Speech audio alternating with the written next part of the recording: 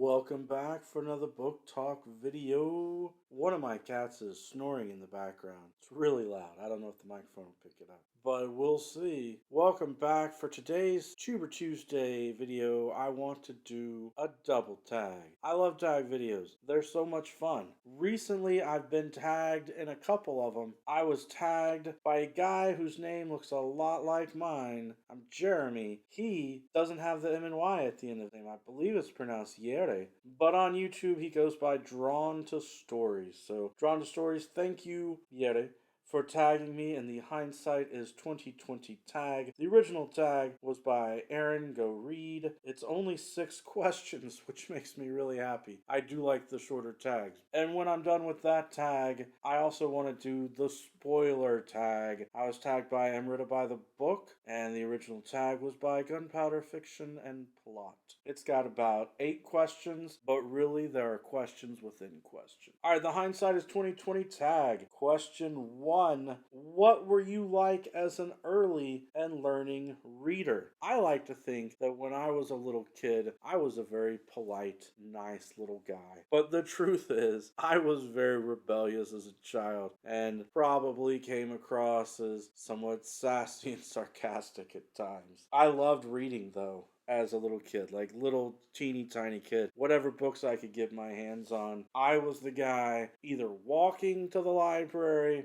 or riding his bike to the library, and as soon as I finished a book or two, I would be right back at the library getting more books because I loved reading so much. Question 2, what book or book series really got you excited about reading as a kid? I believe I've mentioned it before, but the Boxcar Children's series was a lot of fun. I also read the Goosebumps books. I read any books I could find with scary stories in them, and I read a lot of mystery books. Probably Hardy Boys, Nancy Drew. I remember as a child also liking the books that were about babysitters, things like My Babysitter's an Alien, and books about teachers, like My Teacher's an Alien. I think those were real books that came out at some point. Has there been a person in your life, real or fictional, who inspired you to be a reader? Most certainly. My mom was hugely influential, reading to me as a kid and making sure that I could get my hands on books, not only helping me figure out how to use the library, but also anytime there was a scholastic fair, a book fair at school, she would try to give me whatever extra money she had so that I could pick up those fun books to read.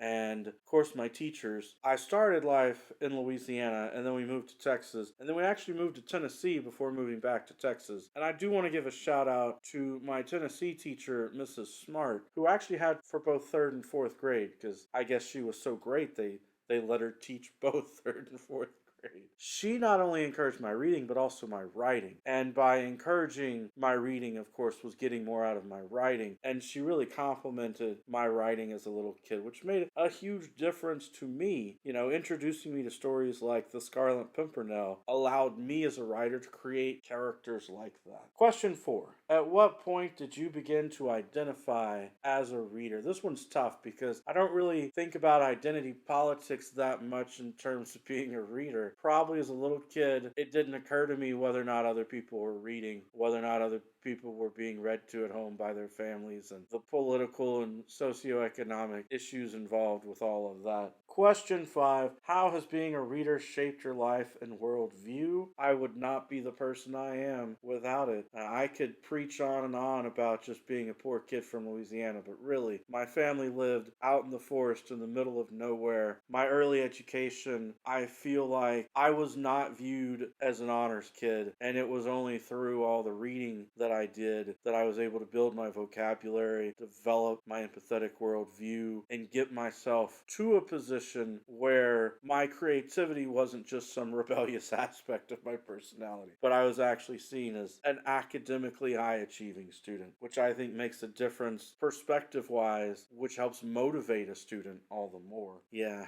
I often wonder what my life would be like if we'd never moved out of Louisiana. Question 6. Tag someone whose reading history you want to learn more about. There are so many awesome people that I would love to hear do this tag. It is Hindsight is 2020, so I know it was going around a lot in the year 2020. So I know a lot of people have already done this. I'm going to tag Out of This World Reader, who I know just did a really great tag from the last 10 books. I'm going to tag Chris Reviews. I would love to hear some answers to these questions. And let's see, I want to tag at least 3 people. So I will tag Matt's Bookshelf. He seems like a newer booktuber who maybe needs some more topics to talk about. So there you go. 3 people tagged in this one. And certainly, even if I didn't tag you and you want to do it, just say that I tagged you. I got your back. Our second tag for today for our double tag video. Again, I was tagged by Amrita by the book. It's called The Spoiler Tag. Originally created by Gunpowder Fiction and Plot. I can think of no reason why the gunpowder treason should ever be forgot. Alright, spoiler tag. Question 1. What do you consider a spoiler? The real idea of a spoiler is anything that's going to affect your enjoyment of the book when it comes to understanding the plot. If it doesn't really have an impact on that, then it's not really a spoiler. But I feel like that definition is also a little tough because different people have different experiences and opinions on what's going to affect their reading. Question 2. Does the genre you're reading impact what you consider to be a spoiler? Not really, other than in the sense of if a book is a classic, if it was published 100 years ago or more, then probably there isn't a problem talking about it because most people either have read the book or they know the idea of the story. But that's interesting to think about. I wonder if there are genres where people wouldn't care. Because certainly in a mystery suspense sort of story, you don't want people to ruin the surprise twist that's in the story for you. But if you're watching a comedy or reading a comedy kind of book, then it might not really matter to you. And of course, some things are just given. If you're reading romance, then there's certain expectations that wouldn't necessarily be spoilers because you expect them to happen in the story. Number 3, all the best bits are in the trailer.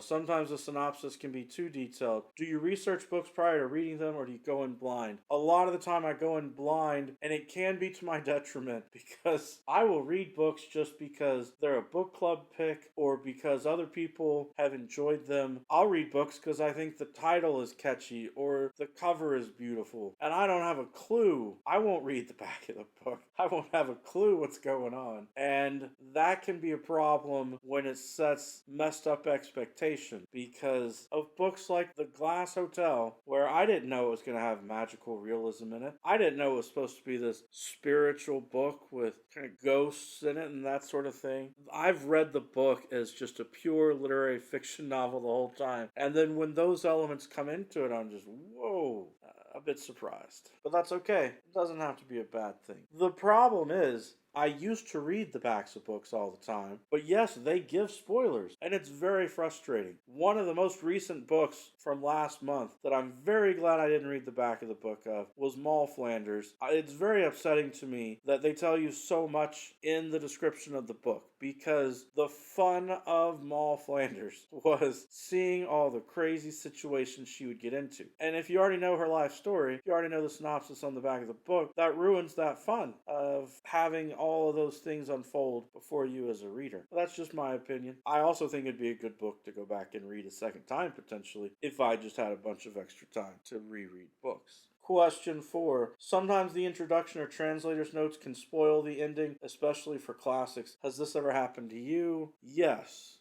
I will start to read the introduction because I like to view myself as an academic scholar. And then I will start to get into it and realize, oh, they're talking about what happens in the book. And I'll have to stop reading the introduction and just tell myself, when I finish the book, to go back and then read the introduction, because those are written from a very academic sort of point of view. They assume that you've read the book before and you've just bought this edition with this introduction because you like it and you're going to reread it. I actually wish that they would put anything that has spoilers after the book. Put it as an afterward kind of concept, not as an introduction. Number 5, name a time somebody spoiled a novel for you. The good news is I can't can't think of one off the top of my head. So that's good. That means that when it has happened, it did not leave a lasting enough impact. Number 6, have you ever spoiled a novel for somebody else? No, I hope not. I used to joke with my students some when some of the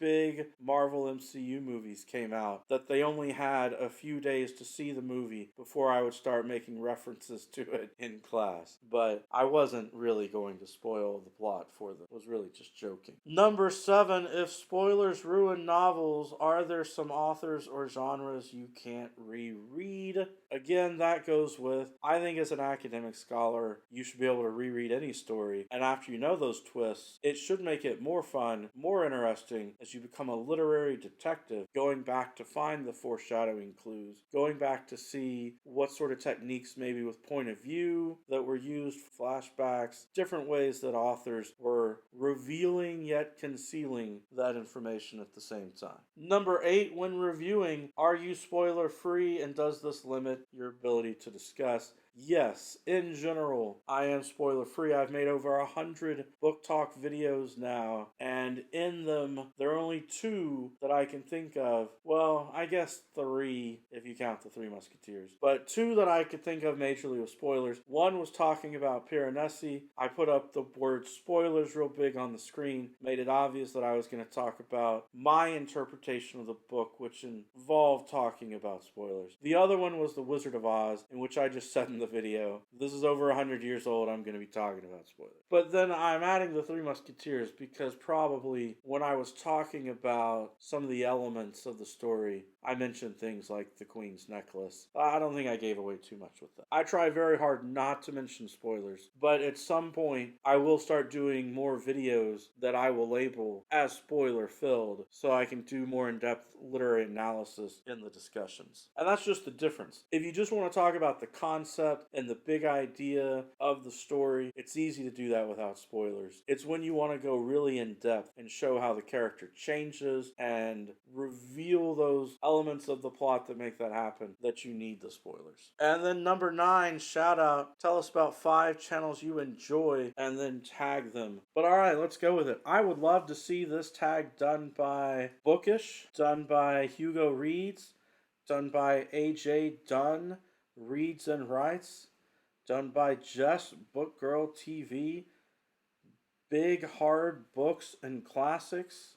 I think that's 5 people. And plenty more. If I did not list your name just now, feel free to do the tag. Say that I tagged you. I'll give you a stamp of approval on that. No problem. I love these tag days. That's the double tag from me for this week. Every day is a good day for a book talk. Hope you're doing awesome. Peace.